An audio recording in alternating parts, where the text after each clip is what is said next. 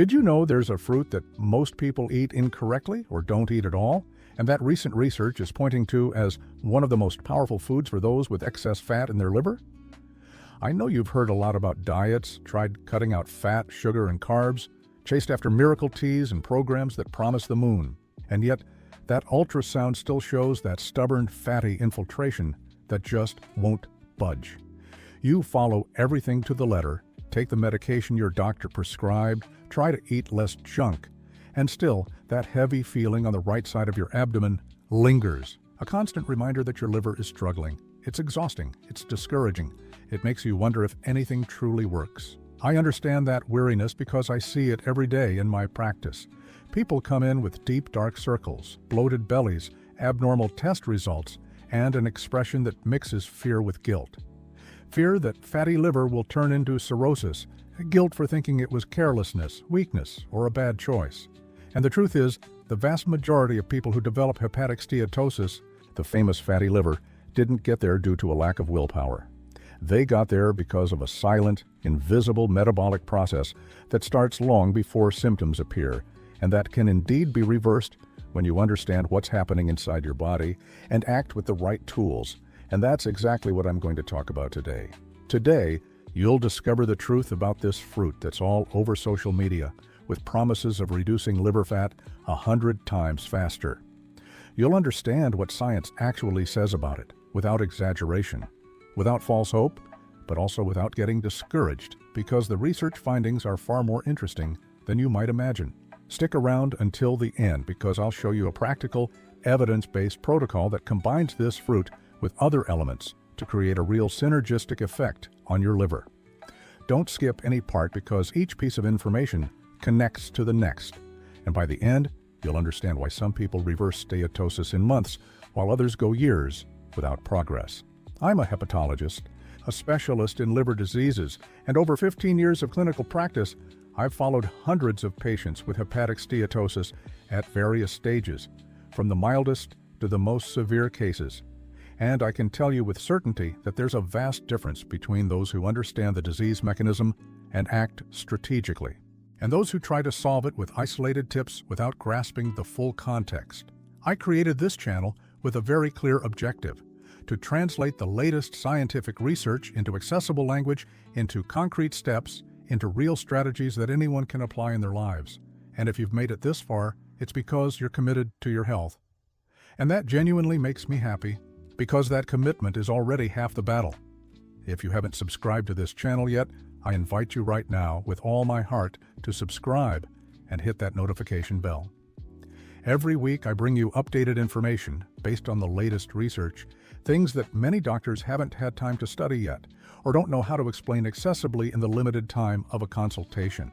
Here, you'll truly understand your liver, learn to interpret your tests, discover what's accelerating the disease's progression without you realizing it, and have a real path to reversal in your hands.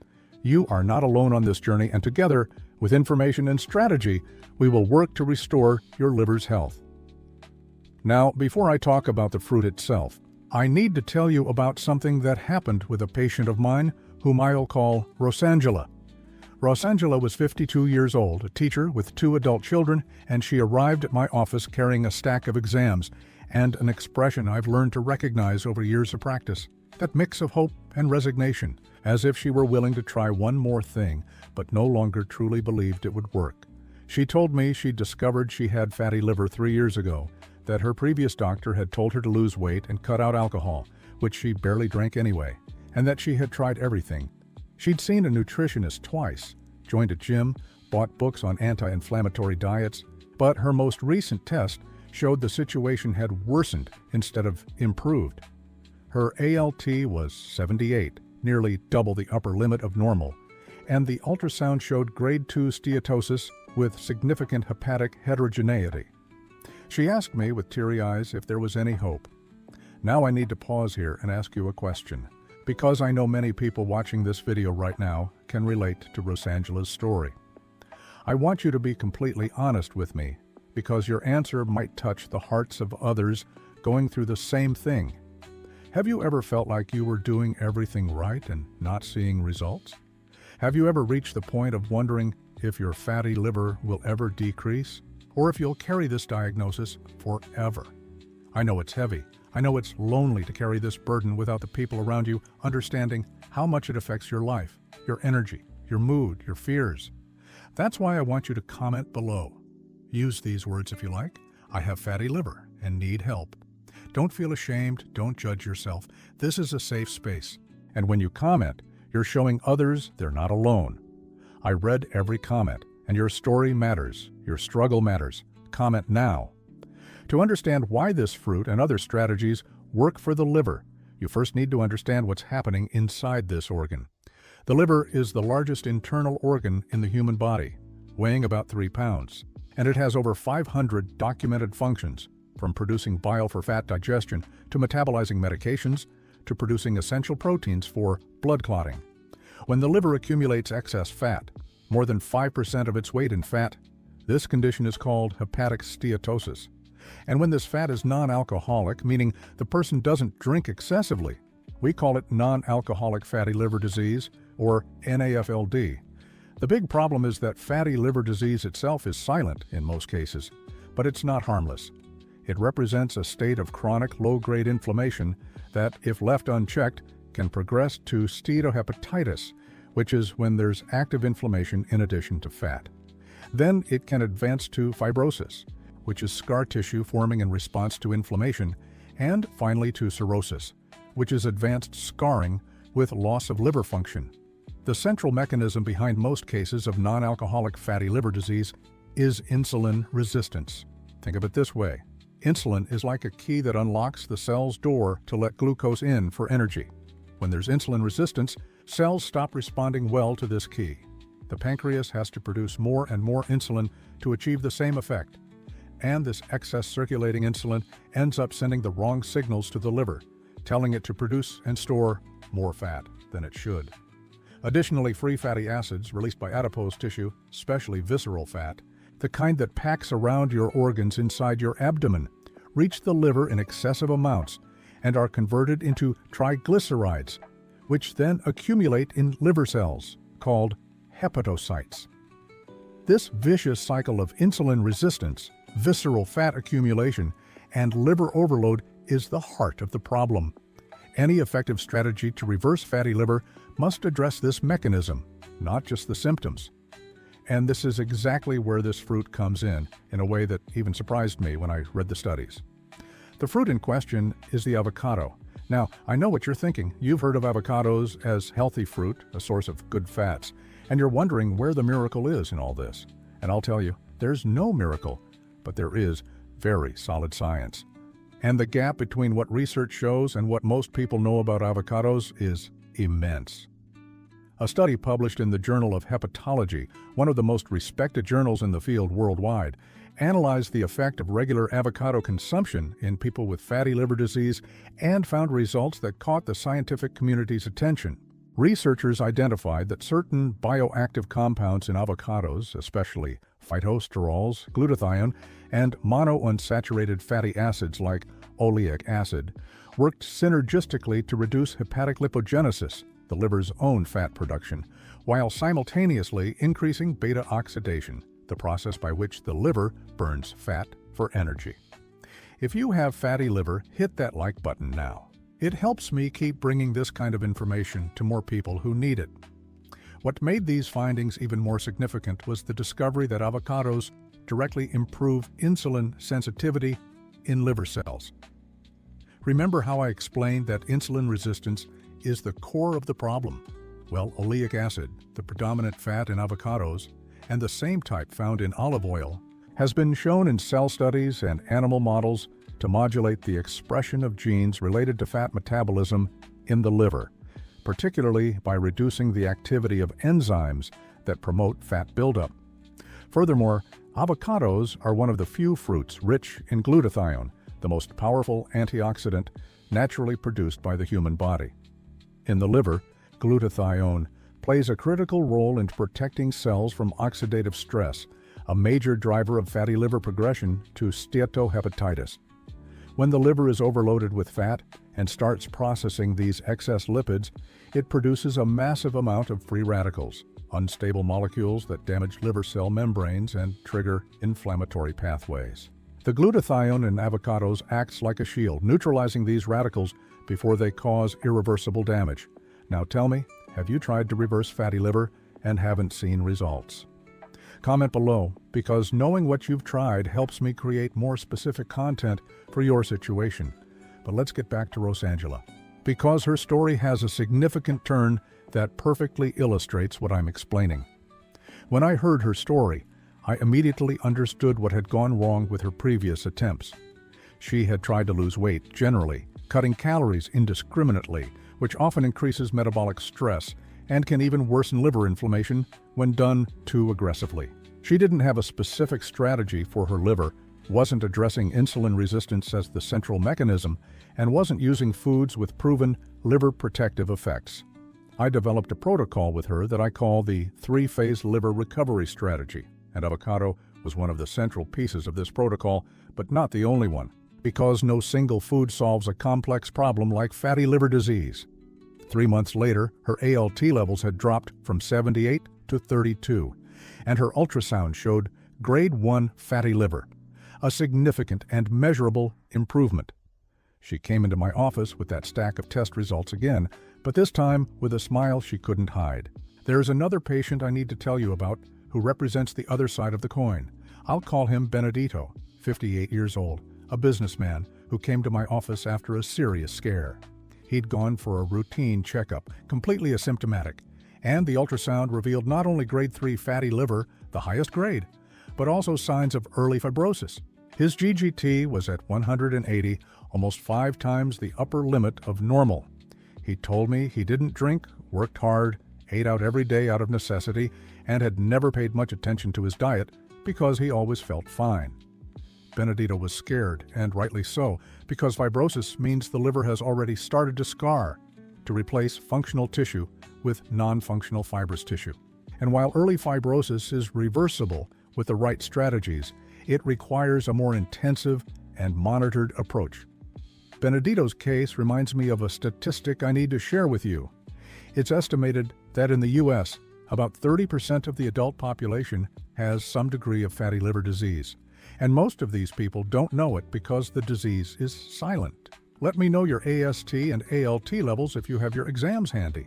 This will help you gauge your situation and me understand the profile of people watching this channel. Now I'm going to explain the practical protocol I use as a starting point with my patients. I always adapt it for each individual case, but it has universal elements that make a difference for practically everyone with fatty liver disease.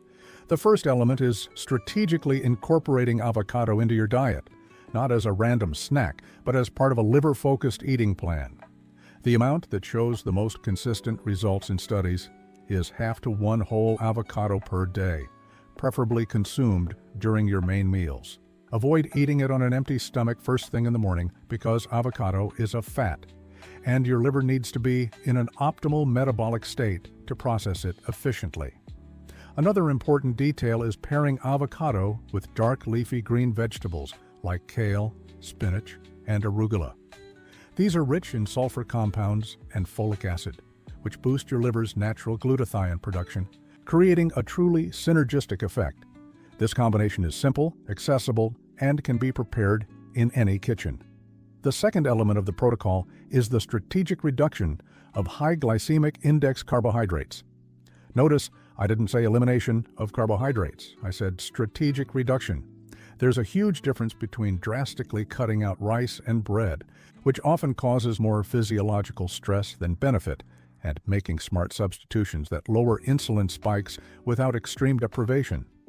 White rice can be swapped for brown rice or sweet potato, which have a lower glycemic index and more fiber. White bread can be replaced with real whole grain bread, the kind with visible grains, not the processed versions that are just dyed brown and maintain the same glycemic profile. Sodas and processed juices, however, need to be eliminated completely, not reduced. Eliminated. This is because the industrial fructose in these drinks is one of the biggest known accelerators of liver fat production. The science here is crystal clear.